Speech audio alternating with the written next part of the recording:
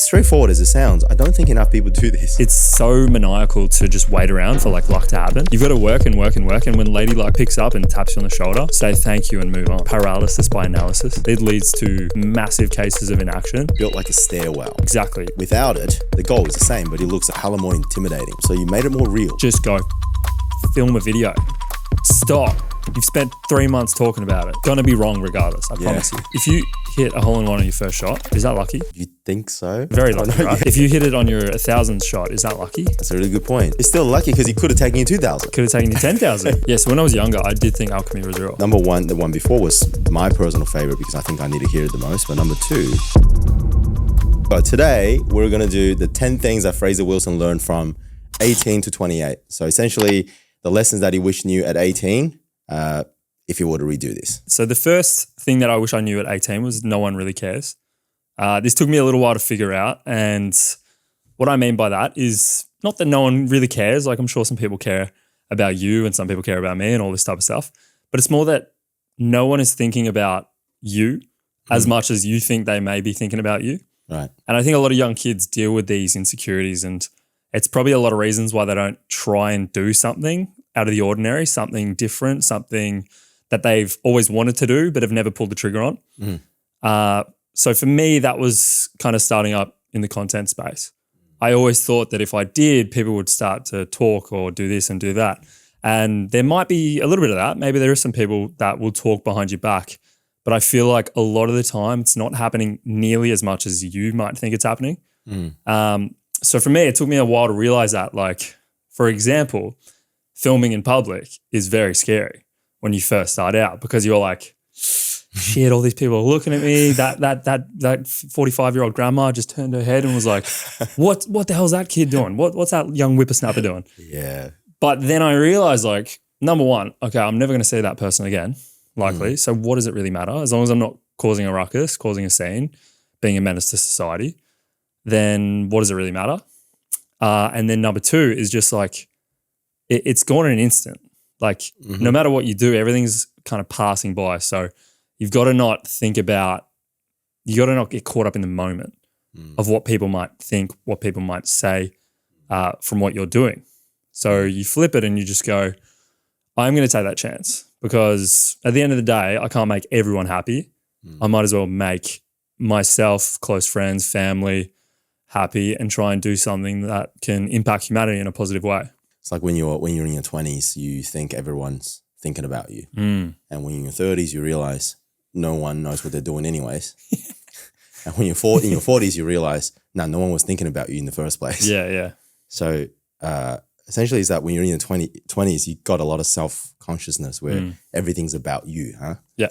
And you can't go and I can relate to this. Maybe public speaking. Everybody's so worried about what I look like on camera, even this, like what we look like on camera. But if you focus on, in your case, the content, focus on the purpose that the content is going to do, then it's not about how you feel at that moment, is it? No. And when you public speak, if you think about like how you deliver, does the audience actually understand what you're trying to say? It's no longer about you. Yeah. But the moment you start to think about like how I look, what do I look like to them? Then it's like the end. Yeah. Then everything is like, self-conscious. You get in your own head and you start to overthink things. So many problems have been created out of nothing, just in people's heads. And so much inaction has occurred because of people's insecurities that are totally unreasonable, made up. There's so much fugazi everywhere. People just get so caught up in thinking that, like, I suppose it's somewhat like a self-importance issue as well, as it is a self-conscious issue. Yeah. It's like thinking, trust me, other people have problems as well, and other people have things that they're focusing on. They're not focusing on your particular actions and your particular problems. So yeah, if you can just strip that away, I feel like it gives you a lot of leeway to just actually go out and try some stuff and do it with confidence, regardless of the outcome. Yeah. And then you're not so worried about the social troubles that might come in the sense of what people are going to say, what people are going to think. I feel like they're not going to be saying much. They're not going to be thinking much. The only way to avoid criticism, I feel like, is to be a hermit crab. you're going to get some sort of criticism if you're going to put yourself out there. But when you put yourself out there, just know that it's probably not as bad as it seems. I think this stops so many people, right? And especially these days with social. Back then, the criticism was there, but it's less visible because not everyone can see what you're doing. But with content, everybody, as soon as you're online, everybody can criticize you. People 100%. You don't know can criticize you. They say the most meanest things. Oh, yeah. When you were 18 or 19, was this like natural, or were you back then was struggling with this as well? I think I used to always I'd create problems in my own head, basically. I feel like I would overthink things. I would always maybe think that like things were happening when they actually weren't, like in terms of, or if I did this, or I'd like replay scenarios that would happen and whatnot, until I realized like it's just probably not that important. Like, and this comes down to a self-control thing, because I feel like it is quite nice to just let your brain get lost in all these problems that you could create in your own head and overthink things, maybe situations that happen, certain interactions. For example, like if there was a comment or something, if you want to go on the social media front, if there's a comment that was a bad comment, I could overthink it, or I could put way too much thought into it, whether or not it's true, whether or not it's false, instead of just being like in the moment, being like, is that a true reflection? Yes. Okay. I'll take that as a point of constructive criticism. And then if it's not true, forget about it. Get over it. Move forward. How'd you get over this? Like, was it one day that you were just like, they don't know what they're talking about anymore? Or was it like gradually that you were like, I just have to dig in my skin over time? I think it was over time. I think it's a gradual process of, because it all happens in your own, like you create these problems in your own mind. If you're thinking that other people are criticizing you or other people are thinking about you, then that's on you, right? That's all happening internal. Nothing's happening externally. So you need to kind of begin to view and keep an eye on your own thoughts and how you're feeling about certain things. That takes time, I think. It's a muscle, and you eventually build a bit of thick skin. You eventually realize what's actually important, and you start to focus on that and think about that more often. Interesting. Okay, that's my favorite one out of the list, because even at my age, it's a reminder that I have to give myself. Yeah.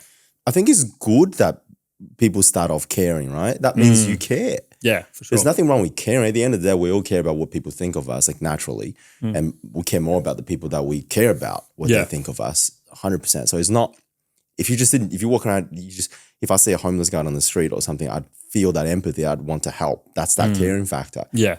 But that's when it serves you. When the other sense is you also care so much about the negative stuff when perhaps it's out of context. Lesson number 2. No one is going to save you. Yeah, this is it kind of plays into this a little bit. It's like a mindset paradigm shift of just thinking, moving into independence, basically. Just shifting your brain from, okay, like things are possibly going to come to me or I'll just let things happen, to being like, I'm going to be the complete arbiter of my life.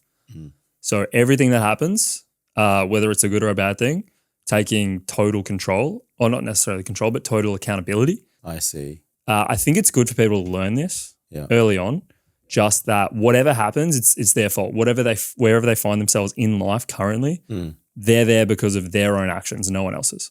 So it's eliminating blame, because people can get caught up in the blame game.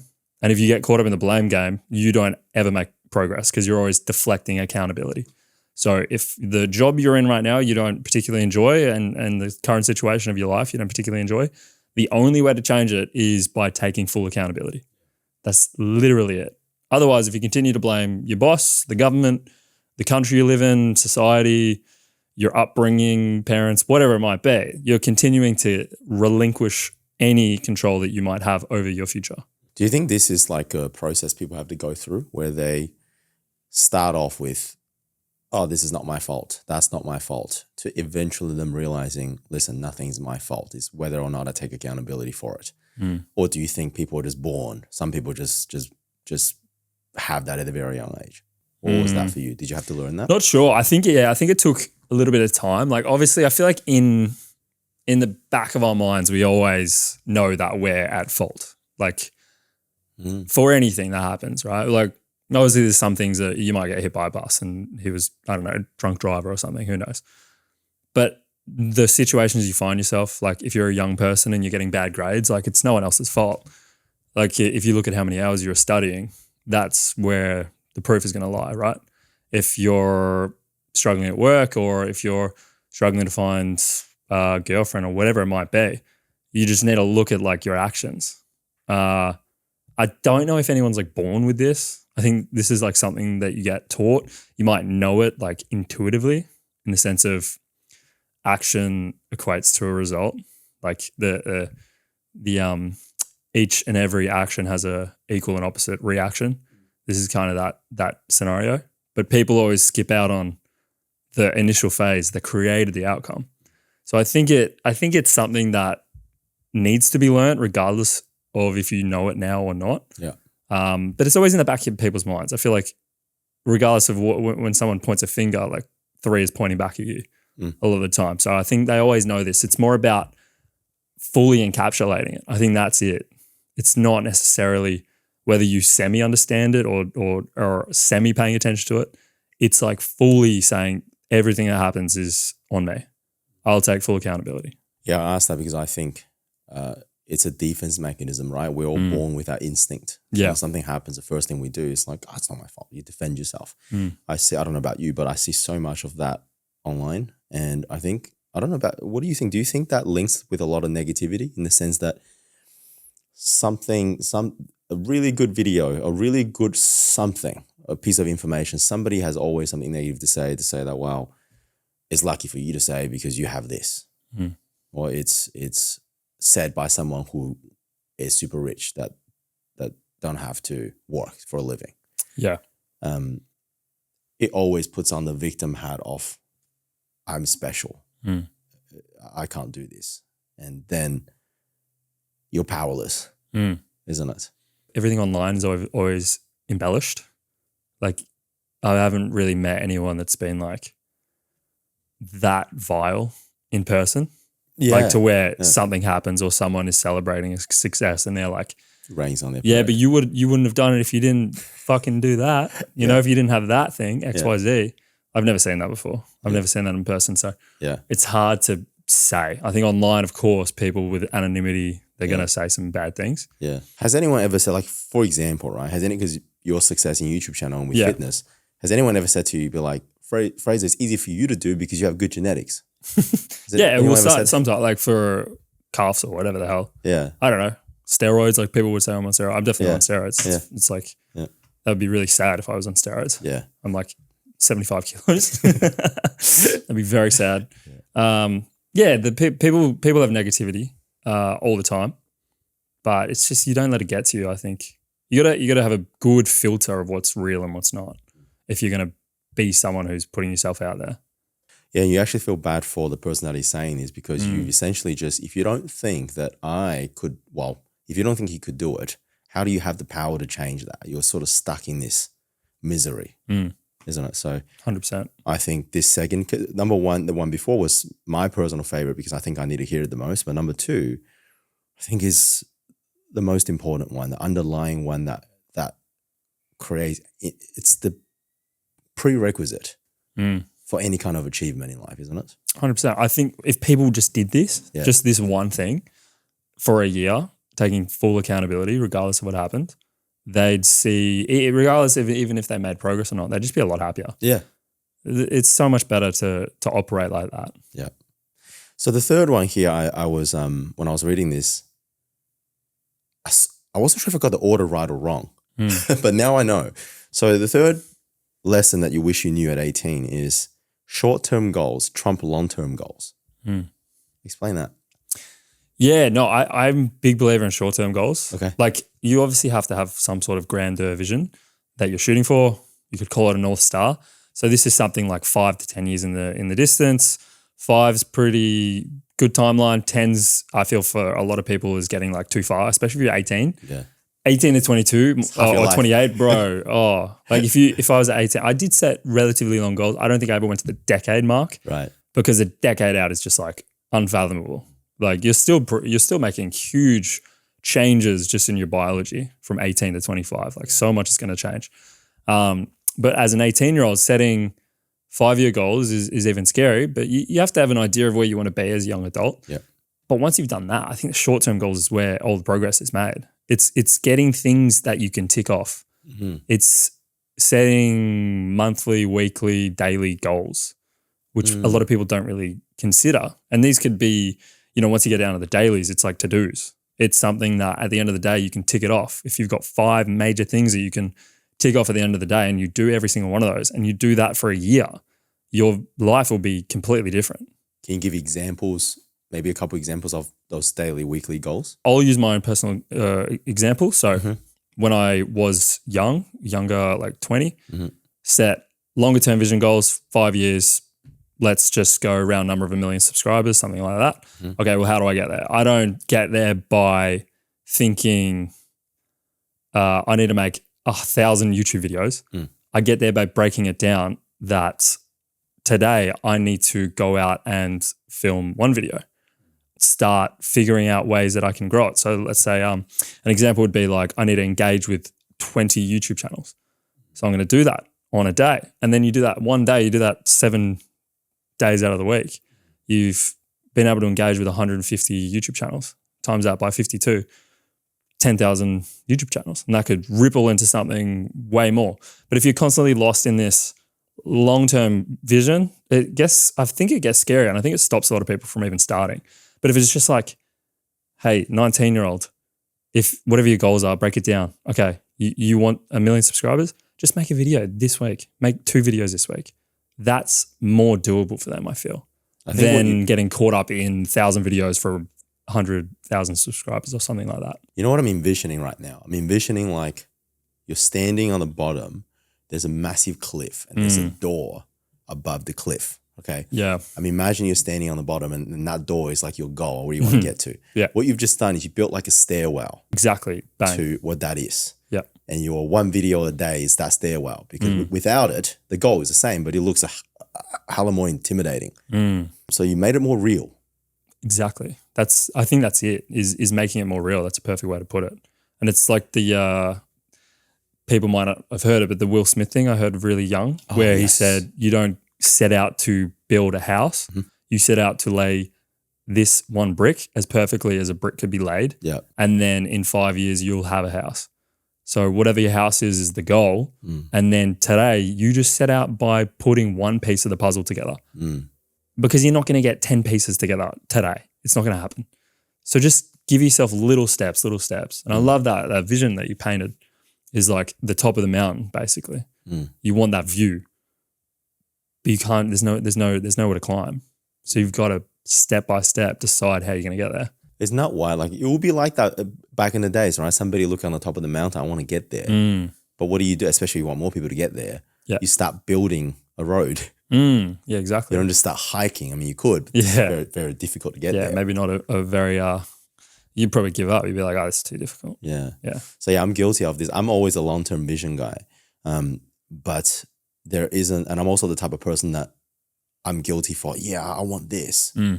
A week later and I haven't started because I haven't really thought about the plan. Exactly. It's almost like the goal, the strategy, then the plan. What are you going to do today that leads to that, right? How many people do you reckon, like, I don't know the statistics, but there's probably a good chunk of people that are stuck in like Fantasyland. As in, so you've had your vision of 10 years, 12 years. Yeah. Imagine if that just remained a vision. Yeah. Right? Yeah. Okay, like, I have the vision of becoming a sports star, or I have the vision of being Mr. Beast type of YouTuber. They just keep thinking about that. They're just like, that'd be so great if I could do that, or if I could be that. Yeah. Without actually ever doing anything. I'm a very idealistic, visionary type person. So I remember reading, so for me, having a goal was never the problem. And I remember reading Atomic Habits, and chapter 1, he said, the goal is not always the issue, because if you look at the people that have succeeded and people that have failed, sometimes they have the same goals. The goal was never the issue, is the habits or the things that you did on a daily basis that got you there, which actually links me onto one of your other ones. Happens to be the one right after this, and the fourth one, which is there you go. Habits will get you most of the way. Yeah. That's your lesson that you're wishing you at 18. Habits will get you most of the way. So elaborate on that. Yeah, I think they tie in very nicely together in terms of having a long-term vision, breaking it down to steps, a staircase, you might say, because of those short-term goals, you're eventuating them into habits. Yeah. So whatever it might be, and if we take a real simple example of like changing your physique or changing your athletic ability, over time, right, you might have the goal of, having a great physique. Let's say you want it to be 80 kilos, relatively lean or something like that, quite strong, deadlift a certain amount of plates. You start today by building the habit of going to the gym 5 days a week and focusing on your recovery, focusing on nutrition. These are habits you're slowly building up. The hardest part is getting started. And then once you've built it into a habit after about 60, 65 days, it's like brushing your teeth. You don't even think about it. It just feels normal. How hard is it for people to go to the gym? Like when they first start out, it's fucking hard. How hard is it for people to lose weight? It's fucking hard. But eventually it's like getting up in the morning. It's just, you do it. You just go. It'd feel weird not to. So you almost want to get it to a point where it feels weird not to do it. If you went to bed without brushing your teeth, that would be strange, right? You'd probably be like, oh shit, I forgot to brush my teeth. I'm gonna quickly get up and do it. So same thing. Eventually it just becomes the normal. So you're trying to raise your normal level, and I think habits get you there. As you're talking, I'm thinking more deeply about this. Obviously, when you read it out, habits will get you most of the way, or excellence is not just an act, but it's a habit. It makes sense. I think if you tell it to most people, they would agree with this. But I'm just thinking a little deeper in this, right? With that brushing teeth example. If you brush your teeth twice a day, every day for the rest of your life, and if you flossed, I mean, these are habits, right? You're right. If I don't do it, I feel weird going to bed because I have that habit. It's almost impossible to have really bad teeth. Yeah, exactly. That's even if you didn't do the act of intensity for going to the dentist. But if you did the reverse and you didn't brush your teeth every day or floss, but you went to the dentist religiously twice a year, which person would have the better teeth? The teeth brusher. I would think 100%. The teeth brush. So it's the little things that you chip away that actually beats the intensity of once in a while.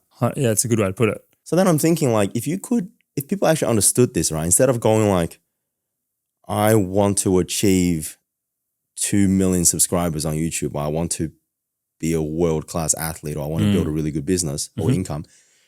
You ask yourself, what are the habits do these people have that I need to adopt? And then perhaps change that to, no, I actually, what I want to do is be able to build a habit of making one video per day for the next how many years?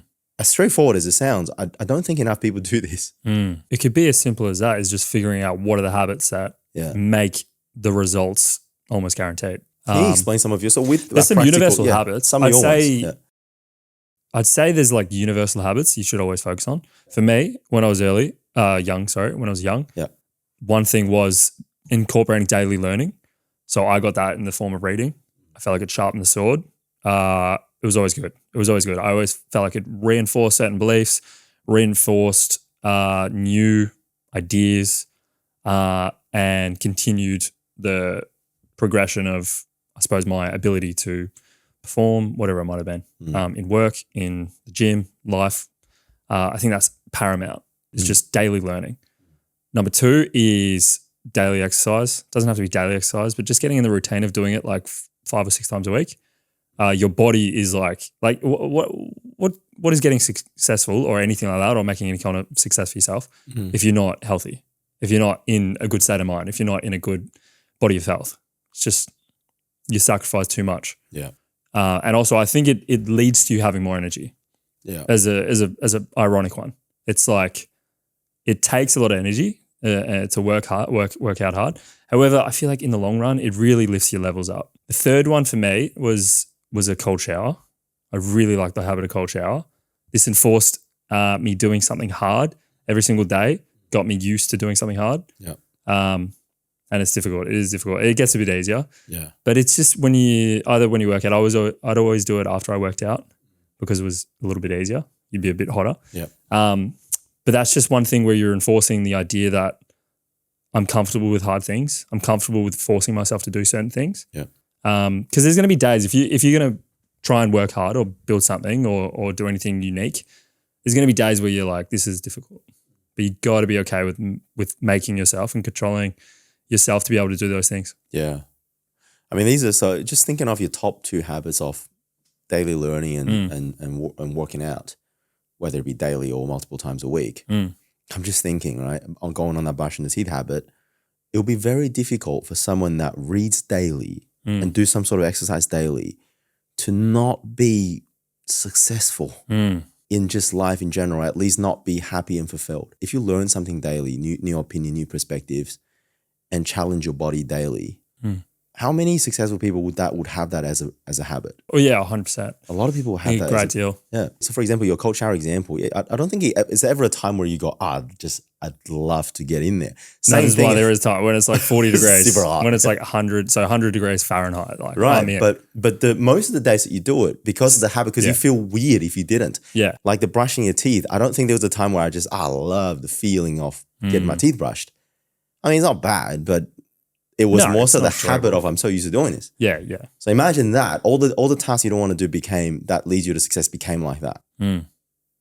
Yeah, habits make a man effectively, and what you do and think about all day is where you'll go towards. I'm just thinking again, they're good habits, but imagine I assume that it works the other way too. If you have bad habits. Oh yeah, you could have terrible habits. So but you could even be like when you, for the teeth brushing example. Yeah. You brush your teeth every day, twice a day for 25 years, and then you take a year off, your teeth are going to be fucked. They're going to be fucked. Yeah. Like they're going to degrade rapidly. Yeah. So it's about continuously knowing that the habits are there to almost like a fail safe. Yeah. You can continuously chip away and progress towards something.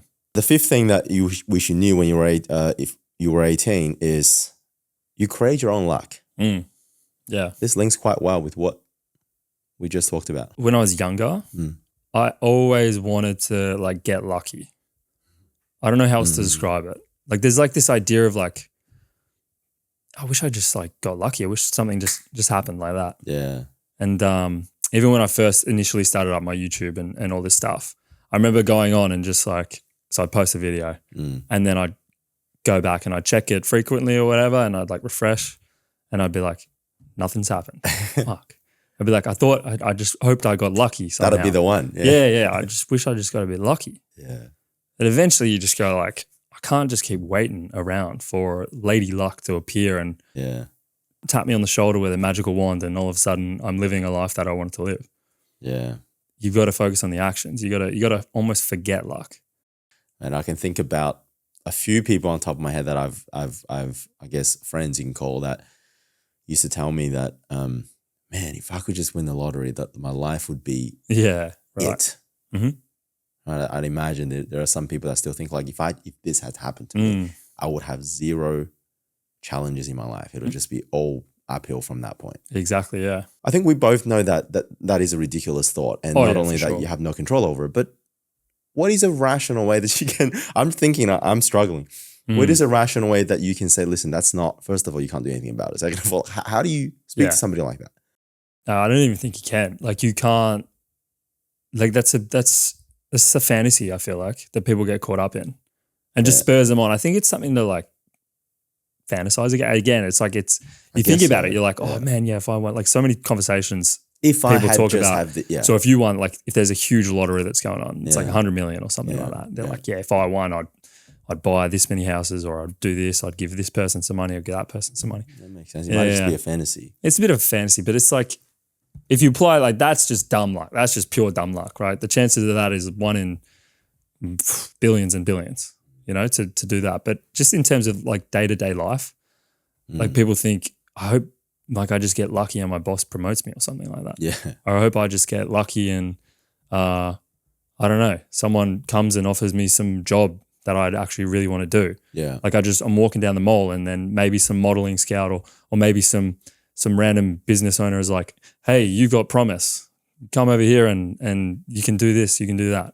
Or I feel like people get in those headspace of thinking like if they just got lucky or they're handed a bad hand in life. I'm going to go deep on this. All right. I just thought of something. You create your own luck. So I read a study somewhere recently that people who think of themselves as unlucky, tell me how you feel about this. Okay. Yeah. There's a statement. Yeah. People that people who think of themselves as unlucky generally have a victim mentality. Yeah.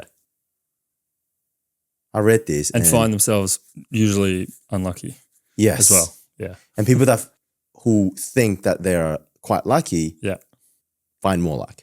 Yeah. Yeah. You ever it's probably true, but not necessarily a study, but like anecdotally speaking. There was a study. So I actually heard this on Diary of CEO, Vanessa, I can't remember her name, but the communication coach. I really love listening to her about body language and hand gestures, show my palms, all this sort of stuff, like palms are friendly. But she did this. Right, Eminem. It sounded like Eminem.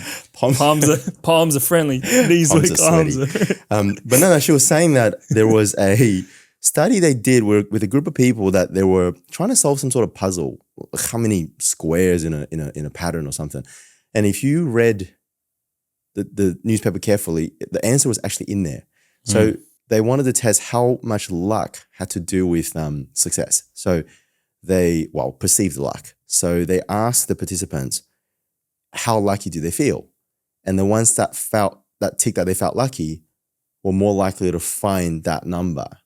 And the ones that tick that they're not lucky are less likely to. If you're positive, you see more positive things. So it's about optimism. Yeah. I agree with that. I'll jump to that. But a point on that would be like people who are unlucky or see themselves as unlucky usually continue to create bad luck. Yeah. It's almost like it's contagious. At the moment you're like, oh, I'm so unlucky, like this happened. And then all of a sudden the next week something even worse happens. It's like they attract bad luck from the pessimistic view that they're unlucky. Yeah. So moving to like creating your own luck, the reason why I say you create your own luck is because when you work optimistically away at something, eventually luck happens. It's like the saying, the harder I work, the luckier I got. It's so maniacal to just wait around for like luck to happen. You've got to work and work and work. And when Lady Luck like picks up and taps you on the shoulder, you just say thank you and move on. You don't all of a sudden be like, oh, hell yeah, like I'm set. This is great. Lady Luck hit me on the shoulder. And this is similar. Like so I chipped away probably for 4 or so years. We're seeing some decent kind of progress, but then eventually hit the nail on the head and made a lot of progress, was able to help a lot of people in a short span of time. Yeah. Would that be luck? It took 10 years for you to get to that point. But you could still say there's an element of luck there, correct, right? Yeah, you could. Right time, right place. Yeah. There's luck in everything, I think. Yeah, this is now that we're digging more into it, I'm only saying this because I used to feel not lucky. And for the viewers who don't know, I always thought that I went through some traumatizing childhood, which I realized everybody goes through a traumatizing childhood in some way or another. And then I always hang this over my head, like I'm this because of what I went through, because of what my dad did to me. Use as an excuse for my immorality, for my, I don't have to play this game because I was a victim of that. As I've achieved a little bit in life and found a bit of success, it was realizing that, oh, those things happened for me. So I went through these stuff that built the resilience. It didn't happen to me. I have this because it happened for me. So I'm quite lucky to go through that early. So I don't have to go through that now. See, like I don't know which one is the chicken, which one's the egg in this case. But yeah, I did feel lucky eventually. And going back on that, you said that day where your video, well, eventually when your channel did take off, you can say is a element of luck in there. I also agree with that because something that Tony Robbins said I grew up not believing luck. I thought that you create your own luck. Like, what is luck? Luck's not going to get you there. True to some degree, but then I realized, let's say you walk down the street like today, sunny day, you walk down the street and you did nothing, but a really cool breeze of wind hits you in the face and you just enjoy that moment that you did absolutely nothing to earn.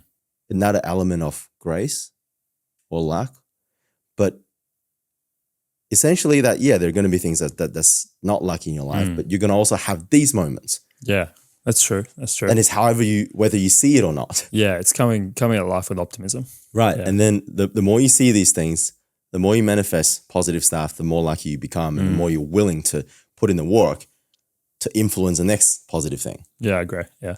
Well, in that sense, from luck. So let's because it's really hard to get a hole in one in golf, right? Yeah. Like let's just say Has anyone ever that? Oh yeah, like on the par 3, so a short hole. Yeah. But anyone can kind of understand this. But yeah. So if you hit a hole in one on your first shot, is that lucky? You think so? Right, very lucky. Right? Yeah, it sounds like. If you hit it on your 1,000th shot, is that lucky? That's a really good point. I mean, I feel like it's still lucky. It's still lucky because he could have taken you 2,000. Could have taken you 10,000. Yeah. It's still pretty hard. It's a very hard thing to do. Yeah. If a professional like did it and they got it on the 43rd try, and they're all celebrating stuff, why are they celebrating? They're professionals. It was the third try. To your point, you create your own luck. It's still lucky, right? Yeah. But it's about taking more shots. Yeah. Right? Okay. Regardless of when it happens, it's about increasing the odds of it happening. Yeah, whether you believe it or not, you practice more shots, you get good at it, your chances of creating that increases regardless. Yeah, yeah. And then if luck does appear, just give it a handshake and say, thank you so much. Yeah. That was great. I'm going to get back to work because that's the only thing that creates the luck. Yeah. This is interesting. I don't know. I did not expect this to go that deep, but I just read it like, you create your own luck, but we went into, I don't know how to take this, but it's even touched on optimism, manifestation, all of this other stuff. Another lesson that you've learned is perfection doesn't exist or perfect doesn't exist. I needed to hear this, but explain. I feel like I'm a bit of a perfectionist at heart. I usually focus on very minor details, and I think it can get in the way of, I suppose, overall progress. Yeah, okay. And yeah, I think it for me, like when I was younger, probably stopped me from really ever trying to do anything that requires a great deal of effort for fear of it not being perfect, which is so stupid because when you first start something, it's going to suck regardless of whether or not you think it's perfect. Your subjective sense of what's perfect when you start something is not even close to perfect. It's it's really bad. So you can't even go in with those assumptions. But eventually realizing okay, 80%, 85% of the way there is perfect enough. Nothing even is perfect anyway. So if you can just get it 85%, 90% done, that's almost going to be good enough. This is what stops a lot of people from starting. I think so. I reckon because they're scared of doing it wrong. And this leads to paralysis by analysis. It leads to massive cases of inaction. Yeah, I think the idea of Facebook's motto, move fast and break things, is a sensible one, taken lightly, right? Obviously, move with caution as well. But it's about starting today is better than thinking about it for a month and then starting. Regardless if it's perfect enough. I feel like you get way more out of the practicalities of actually doing the thing than conceptualizing and trying to make everything perfect. Yeah. I think people that struggle with tip number 1, that no one really cares, that care so much about how people think of you, would struggle with this. For sure. Because they will strive for this perfection or perceived perfection, which doesn't exist because if there is perfect means you can't improve. So eventually whatever you think is perfect now won't be perfect in a month anyway. Everybody looks back at the work they did like two years ago and go, oh, this is embarrassing. Yeah. And that's a good thing. 100%. A practical example that I can give that's not even work or business or whatever related is just like sports related. I remember when I used to do competitive Olympic weightlifting, clean and jerk and snatch and stuff like that. And I remember before I went into my first competition, everyone has this thought, right? I thought it was unique to me, but after competing, I realized everyone have this thought. The goal in the beginning, my coaches kept telling me, just set the bar really low and just get a competition out of the way so you know what it's like. Yep. Me going oh no, I better hit my personal best on the platform. Like this has got to be the one. I'm going to come out like no one has ever done this before. So I want them to know Wayne is here. Like I'm the next best thing. And that sort of paralyzed me in, you know what? This training block isn't good. Let me just wait 3 months till I get something always happens. And eventually I did it. And the result wasn't what I would have wanted. But what you realize, there are so much that goes on in that competition that you got to make weight. You got to, my calves start cramping up. And you have all of this competition that is going different ways. You have the nerves, you have the audience. The goal isn't even like hitting the way that you wanted to hit. It isn't even on the top of your mind. There's so much that's going on. And then I realized that after doing this is why they wanted to get that out of the way so that you could learn in that process. And when other people wanted to then start weightlifting as a sport, I then hear them going, I'm the type of guy that I just want to compete when I'm at my best. And and then I hear myself talking. Then I realize, oh, damn, I wasn't unique to me. It's kind of like everybody. Yeah. And then I'm the guy that's telling them, just get one out of the way. You will have less nerves next time. It'd be a lot easier. Yeah. So it'll be the same with content, isn't it? Like my first video has got to be the best one. Yeah, you want to make sure it's as perfect as you think it is. But in reality, yeah. But I know heaps of people that have like from the content side just hesitated or taken so long to conceptualize ideas or plan content or do all this and do that. And I was just like, just go fucking film a video. Stop. You've spent 3 months talking about it and trying to figure out what's the right course of action. It's going to be wrong regardless. I promise you. It's not going to work. This kind of goes back to the luck thing. Yeah. I feel like people want it to be perfect because then they won't have to spend so much time on it, right? Yeah. But eventually just spend so much time procrastinating instead. Yeah. Just get in the arena and get some sort of confidence. Get some sort of tick something off. This reminds me, that's why I love the Alex Hormozy example of the pottery class that he always explains. 2 groups, right? One group was told to make the perfect pot, the clay pot. And the other group was told to make as many pots as it could in 30 days. And not only the other group at the end of 30 days made more pots, they were better than the one that made the one anyway. You just got more reps out of it. That's a great example of this, isn't exactly. Yeah. Yeah, imagine just trying to shoot one perfect 3-point shot. Yeah, true. Just one a week. Instead, doing 100 a day, you will shoot so much better. I got to make this. Let me just prepare for like a month. Let me think about, but you start reading about it as well. You're like, okay, if I do this, Just go and take It's about the reps. You can't conceptualize and hope to be perfect at working out. You gotta get in there and do some push-ups. That's a perfect example. If somebody told you to go make it, if you don't play basketball, somebody told you to make a 3-pointer, would you pick to just have one shot, but you have all the time to take it, or have like 100 shots, but take them as quickly as possible? You take the 100. Yeah, more chance of making them. Oh yeah, for sure. Yeah, 100%. You get better at it. Yeah, you get better at it. Yeah, so your 100 shot will probably be better than your first shot, right? And you'll probably make more. Yeah. Trial and error. I think it's the trial and error thing. It's a trial and error game. It's not being so worried about if it's good enough. Get out there and find out. Get out of your head. Exactly right. All right. So the next lesson is there is no easy option. Easy route is hard life. Hard route is easy life. Yeah, this is one of the things that people struggle with. Yeah. Because they don't do hard things like going to the gym, working out, taking care of their health, eating well, figuring out their work, making sure they're doing the right things. And then eventually, because they think that's easy, they lead into hard things, right? If you don't take care of yourself and you get overweight at an early age and your joints start deteriorating, you start having lower back pain, you need surgeries, you need to go on medication, you're struggling to sleep, respiratory system's cooked, have kids, can't really play with them as much, can't be as involved. That's fucking hard. Does that not sound a lot harder than just going to the gym for 30 minutes a day? Every day? Yeah, I mean, this happens a lot now, isn't it? Like, what is the quickest way to do something? What's the get rich quick things, and even 6-pack shortcuts?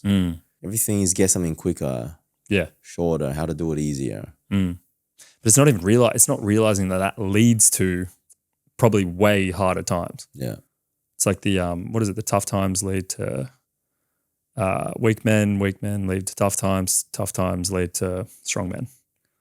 It's like you got to do tough things, and eventually you'll find that you don't want an easy life. You want your shoulders to be strong enough to handle things.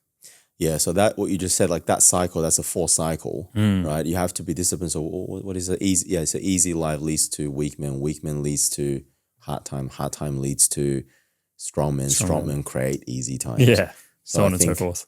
On that last bit, we got to be disciplined. So if your life is getting easy, you have to have the discipline to keep it hard if you want the time to stay.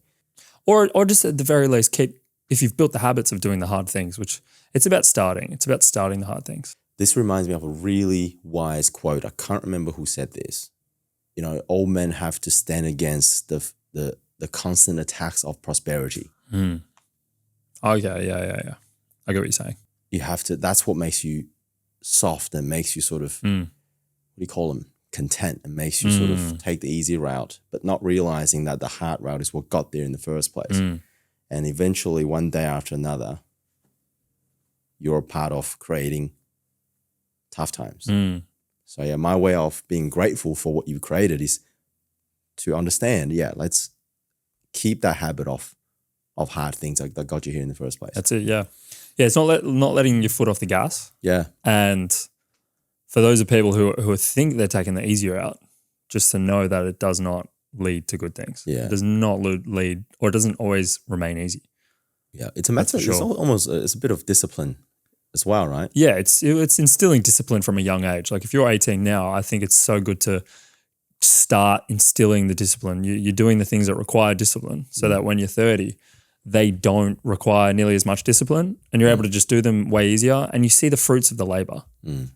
Like when you do the hard things, it stems fruit of positive things. Yeah, this reminds me of like a physical example. I actually have this analogy that I use at work for our employees. Imagine a giant flywheel or like a windmill. People that can't imagine it, but there's no wind. So you want to spin the wheel. You want to spin that big windmill. So to get it spinning, you have to spend so much effort. The bigger it is, the harder it is to get it spinning. Yeah. But once it's spinning, all you have to do is keep a constant gentle pressure to keep it spinning, right? But people take it for granted that it's already spinning. Or I can take a break. And then it gets really hard to get it spinning again. Yeah. Or even if they never start in the beginning, they think like, oh yeah, it's always there. I could get it spinning. Yeah. It starts to deteriorate and break down. And then not only do you have to fix it, then you also have to get it spinning. It takes a lot of effort to get it to spin in the first place. Yeah. Yeah. Yeah. It's the short-term gratification versus long-term gratification. So every time you opt for a short-term option, you're neglecting your future self. This is so hard it's almost like a distraction. So you say there is no easy option. But every time you get on socials, like you just look at all these baiting content, make this amount of money in the next 30 days. Literally preying on people's impatience or for sure. people's need for having something easy. Yeah, 100%. I think it's people worth asking themselves, has there ever been anything good that came easily? No, definitely not. Isn't that why people want success? Because it's hard. What's the glory? Like, what's the good in it if it was easy anyway? So it doesn't make sense, right? If you look at this, break it down rationally. Anyway, but it is very difficult, I think, for a lot of young kids to understand this because there's so many distractions out there that they see every single day. Yeah, if they go out and party every weekend from the ages of 18 to 30, they'll find out pretty quickly. Yeah. I'll just do drop shipping. I'll just buy the right Bitcoin. I'll just buy the right crypto. Yeah. Hold on this NFT. I'll get rich. And like, if I sell it at the right time, it'll be the easiest thing I ever do. The next lesson is comparison is the thief of joy. Keep your focus on yourself and your own abilities. Yeah. Yeah, it's a good one. I think when I was younger, I would get stuck in comparison issues with people, probably in circumstances that were non-comparable to mine. Like in the sense of they're either a lot older or they've had a completely different journey. And this is just a recipe for disaster. If you're constantly playing the comparison game or trying to compete with someone or thinking like, why is their life so much better than mine?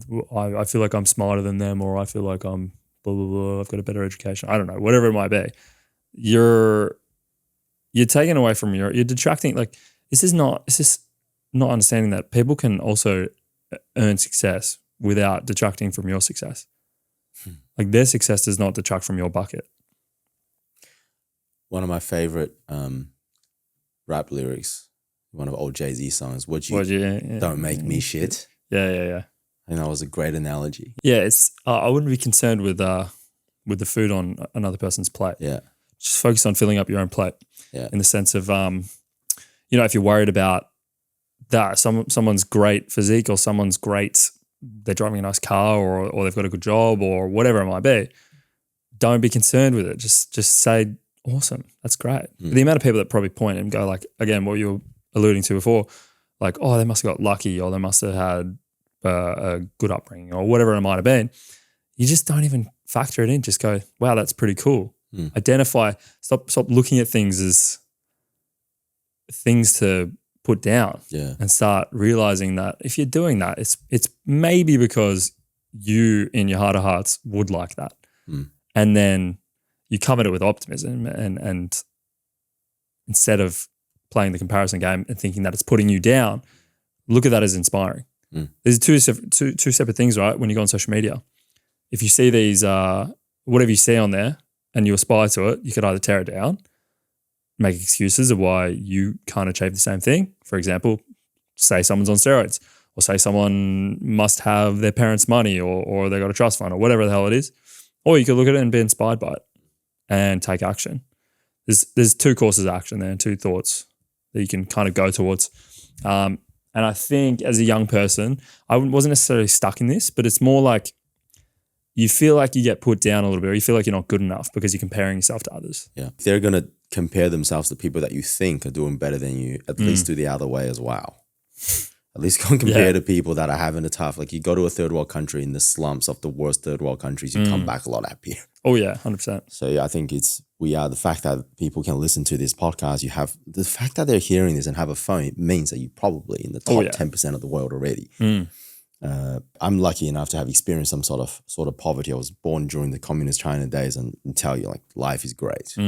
Here, I think I was on Centrelink, my dad was on Centrelink for a very, very long time. And we moved around from house to house, and comparing to what it was better than being shot at by your government. It was a pretty good life. But that, if you're going to compare up, I think you should also compare down and realize what position you're in. Yeah, that's a great point actually, because no one's ever punching down. No one's ever like. Yeah. They're always looking to tear up. It's a lot easier to tear down than it is to lift people up. Yeah. Especially when they don't realize they can. Yeah. If I don't realize I can build a tall building, I want to tear someone else's building down. Yeah. Moving on now, this one is the interesting one. I kind of want you to explain this and elaborate on this. Number 9, alchemy is real. Within reason. Yeah, within reason. Within reason. Obviously, so when I was younger, I did think alchemy was real. I don't know where. I think I was watching a cartoon. And I had the greatest idea, right? I think it was like, alchemy is turning. You don't have to Google this. Alchemy? Yeah. Really? I actually had to Google this. It's basically turning something into gold, for an example. I realized that. And I go, is it? I was like, does it mean like manifestation? And I Googled a little bit more, but it's actually the process of turning different materials into gold. Yeah, pretty much. Yeah, that's what alchemy is. Yeah. Yeah, so I used to think alchemy was real, right? So I put a few rubber bands in a mug, and then I poured hot water from the kettle, turned the kettle on, poured it on, went away for 5 minutes, and I was like, when I come back, it's going to be gold. Lo and behold, it was still rubber bands. And so I was like, damn it, bro. I thought I hacked it. I thought I figured out the secret. I was like, no one's probably ever done this before. So this is going to work. Yeah. But anyway, probably like 10 years later, a decade later, realized that alchemy is slightly real in some regard. Now, I don't mean like actually turning things into gold, but more you can create a life far beyond what you could ever perceive for yourself if you start doing certain things. And I think it comes down to your mindset. Like what we've harped on a little bit so far is like the optimism.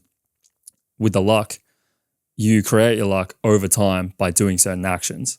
So once you preconceive a vision and a goal, it's like, have you heard the reticular activating system basically? Yeah. Yeah. So whatever you focus on, whatever you focus on is what you're going to go towards. For example, if people listening to this have ever bought a new car or their friend got a new car, all of a sudden you see that car everywhere on the road and you're like, what the hell? Why? Like there's so many of your cars. Yeah. It's only because you've only just realized about it. Yeah. So having your goals in the forefront of your mind as a North Star and then working towards it, you'd be amazed at what you can achieve. Yeah. Like imagine if you had the most unrelenting self-belief as like a 7-year-old and then worked from the ages of 7 to 27 on some grander vision with pure belief that it was going to happen. Is there any chance that you wouldn't have got there? Like, you would land on the moon. You probably would have got there. Yeah. And there's definitely some circumstances where this is why I say within reason, you're too big for your boots, right? Me as a 28-year-old, never going to play in the NBA, never going to play professional sport because ship sailed, right? But there's so many things that you can achieve within reason. And talked about this in the last episode. If you can see someone that's done it as well, that looks like you, born in the same country as you, same age, same whatever, there's a good chance that you can do the same. And so it comes back to having self-belief in yourself. Yeah, what I said before I meant was like shoot for the stars. You probably at least will land on the moon somewhere. So I think what we're saying in alchemy, essentially what you're trying to say here is manifestation. Yeah. If we were to reduce that to level of manifest that people something that they can understand is if you create, if you create something in your mind, there is a very high likelihood of that being coming true or in reverse, that if you want to achieve something, it first must be created in your mind. Has to be, yeah. Has to be. You're not just going to end up there by chance. Yeah. Whatever you can conceive and perceive, you can achieve. You have to conceive of it first. This is like, I didn't realize. So my wife tells me that this is one of something that she always thought was my special power. I never thought this was like manifestation, like just visioning stuff. If you want me to explain this in science terms, forget it. I think I think there are actually some scientific research done on this. I don't know how proven they are, but so much of my life, the things that I've gotten is I've pictured it in one way or another. Like even, I don't think this is like magic voodoo, but people that ride motorbikes, like you guys would know that you were taught to look where you go. Well, more specifically, wherever you point your chin at, you end up leaning, you end up going. Yeah. So we ride like this. Okay, so that's why it's always when people like do a head check, it's always pretty dangerous. You end up going there. Yeah. So especially with motorbikes, because it takes full focus, and especially when you're riding motorbike on the racetrack, people fall off, people crash, and people go off on the side. It's so tempting to look at them because right. Oh my. That's got to be me next, right? And then you look at them fall off, and you can't make. So you eventually end up going, and you end up falling off. So you have to be so disciplined that when people fall off, you keep your eyes on the road and point your chin to the direction that you want to go. Yeah. This is the reason when you ride your motorbike on the track, they tape your rear view mirrors, they tape your speedo, they tape your indicator so that you don't distract other riders. So you don't worry about what's behind you or everywhere. You just worry about what's ahead of you. That's where you're going. Right. So that was an analogy that I remember when I was learning motorbikes. Like, wow, this is actually a good metaphor for life. A really weird example and a good real life example is the area that I don't know, maybe the second, third home that I bought that I moved into was my dream suburb. I remember when I was 15, I tell this to my staff members all the time because that was my evidence of manifestation on something to the precise level. I mean, you can say that the business I've built, I've manifested it, sure. But this example was that, I won't say the suburbs, people know where I live, but it's somewhere in Melbourne. And when I was 15, 16, I remember I went to this birthday party, and I grew up a pretty poor kid, and even below probably working class. My family didn't have a single parent. And I went to a really well-off kid's birthday party, and it was like the happiest family. They had like a pool table. They were on an acreage of land. It looked like tree house. It looked like what my definition of a happy family would live. I didn't know whether it was. I didn't know if that suburb was in fact a good suburb. I just remember the name of that suburb. And I just remembered at 15 that eventually one day I'd want to buy a house in this suburb. I don't know whether it be actually a good suburb or not. I just planted a seed in my head. So when it became a time to buy my first home, I couldn't afford to buy into that suburb. But then I moved to I don't know if it's by chance, but I ended up, my first house was a suburb next to this suburb. It's like a very small house, very small townhouse. But it was next to it. And my whole goal was always like, it's still there that, eventually I wish I can get into this suburb. I wouldn't even call it a goal, but it was an image. It was a manifestation that this is where I was going. And then the next house, or was it the one after that, I then got into that suburb. And I convinced myself, it's not because of this suburb. It's because this was good value. I found the right house. I happen to like this house. It's convenient. You're going to tell me that birthday party I went to when I was 15 had nothing to do with it?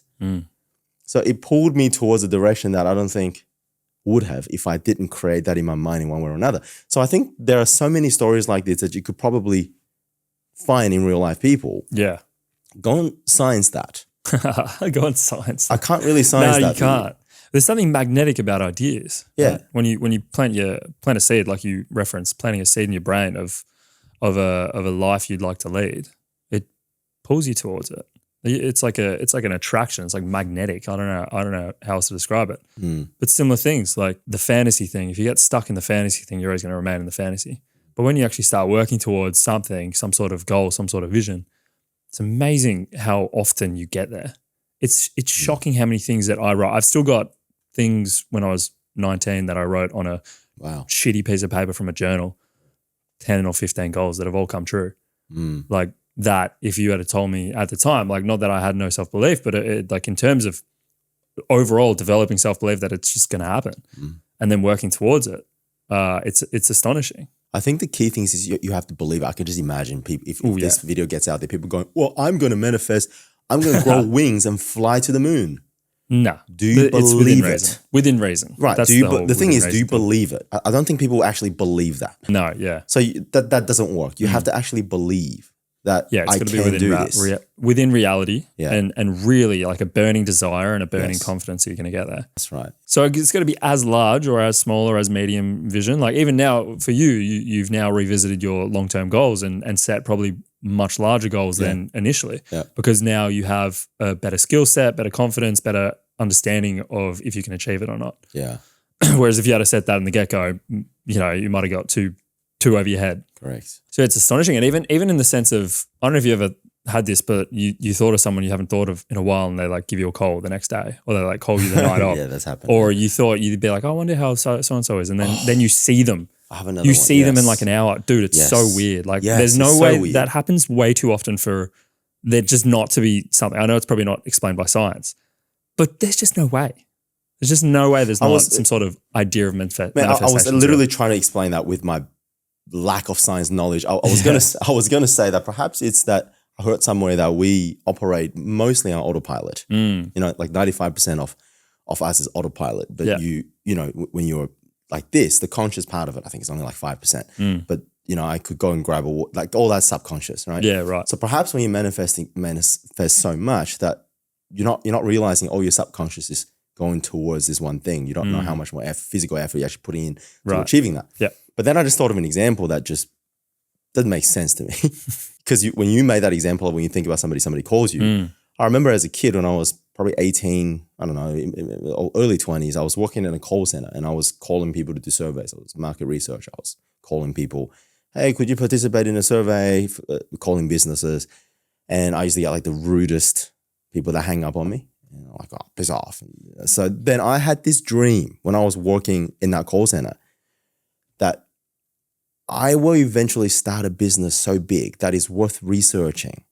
Then they will call me and then I'm going to be nice on the phone to this person. Yeah, yeah. I swear, like I promise. Yeah. I had that manifestation when I was in that call center. 10 years later, I get the call when, I mean, it wasn't even that long ago, like when my gym business became somewhat successful, I got a call. Hey, this is thing from blah, blah, blah consultants. This was the company I work for.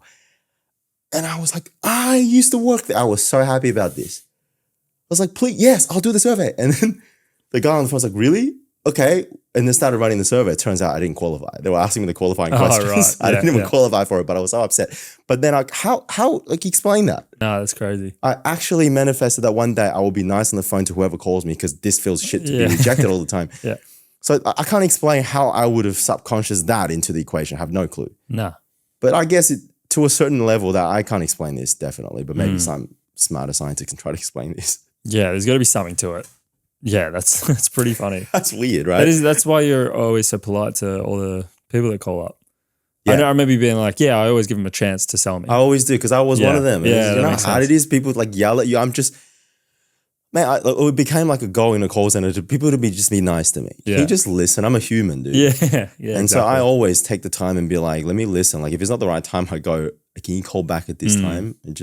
And then one day that company called. What the hell? Crazy. So yeah, that was like a weird example. I gave two examples that one, the house thing, I can probably explain that maybe because I've consciously tried to, but this one is just completely weird. Yeah.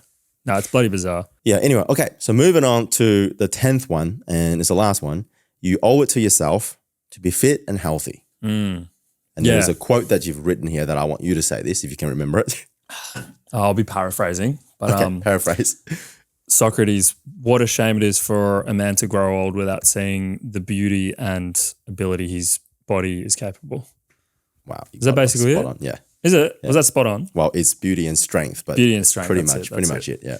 Yeah. This is I just feel it's a shame for people. Like I almost like requoted it, but it's just such a shame for people to actually get into their late 40s or whatever without properly trying to really physically excel in some way or another.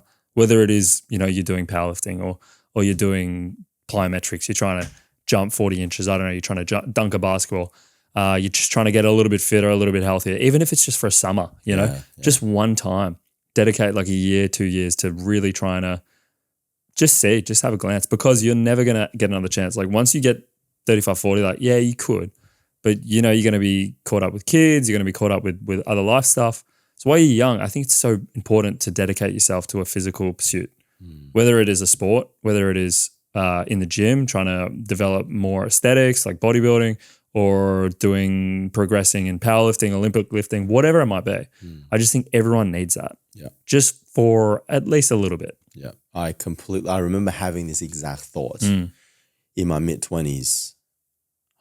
I don't know if it was when I was doing aesthetic bodybuilding training or when I moved on to weightlifting. I think it was, I guess it's a bit of like that pride of me being able to, I was doing it competitively. I was reasonably good at it. And I had this thought like, I have two hands and I'm not even the most genetically gifted person to do this.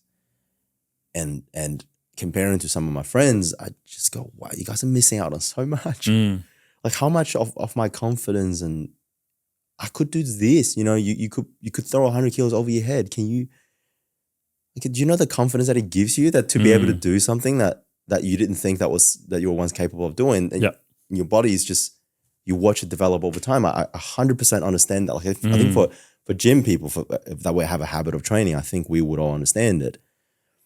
Would you even expand that to be beyond just your body, like everything? Yeah, for sure. But I think just in specifics, because I think everybody can. Yeah. Like I don't think everyone can own a business. I truly don't. I think there's some people that one probably don't even want to, and two would probably be much better suited for like a managerial position or something like that. Right. But everyone can make some sort of progress and get to their, not propose a genetic limit, but more so just get somewhere where if they look in the mirror, they're like, wow, this is crazy. Doesn't matter what they do for a living. No, exactly. If they make their body more fit and healthy, they will be, if all things being equal, they will be in a better spot. It will definitely benefit their professional career, their personal life and everything, 100%. Worst case, they have a much fitter and healthier life just in general. But just the idea, like the feeling you get when you work towards something for a year or 2 years and it's you. You know what I mean? It's you. It's not like ephemeral and maybe you could look at it as selfish, right? But this is like the selfish pursuit. Yeah. And I think it's good for people to do things for them. So, at what stage does anyone need to sprint faster in a 100-meter race unless they're a professional, right? Besides it being like a personal pursuit. At what stage does someone need to continuously try and increase their kilometer per hour over the span of a marathon? They don't, unless they're Kipchoge and they're running professionally and they're sponsored by Nike. These are like selfish pursuits that I think is really beneficial for people's like mental health and even just to experience for a 3-year time span. And then, you could taper off. You could just lift your foot off the pedal a little bit and continue to live a fit and healthy life. Yep. But in terms of really pushing it, I think you get so much out of that mentally. And I think it's just going to give you the long-term discipline. And geez, it's something cool to show your kids, when you get a bit older. There's photos everywhere nowadays. You could show your kids and they'll be like, whoa, what the hell? Wait, Dad, you could run a 1.5 kilometer whatever, you could run this fast or anything like that. It's cool. So I think young people should try while they got a little bit more time to really dedicate themselves to a physical pursuit. It's a perfect analogy that you have control over something. Yeah, 100%. You've turned something that you clearly couldn't do last week. Now, which you can, is proof that you can change your life. Exactly.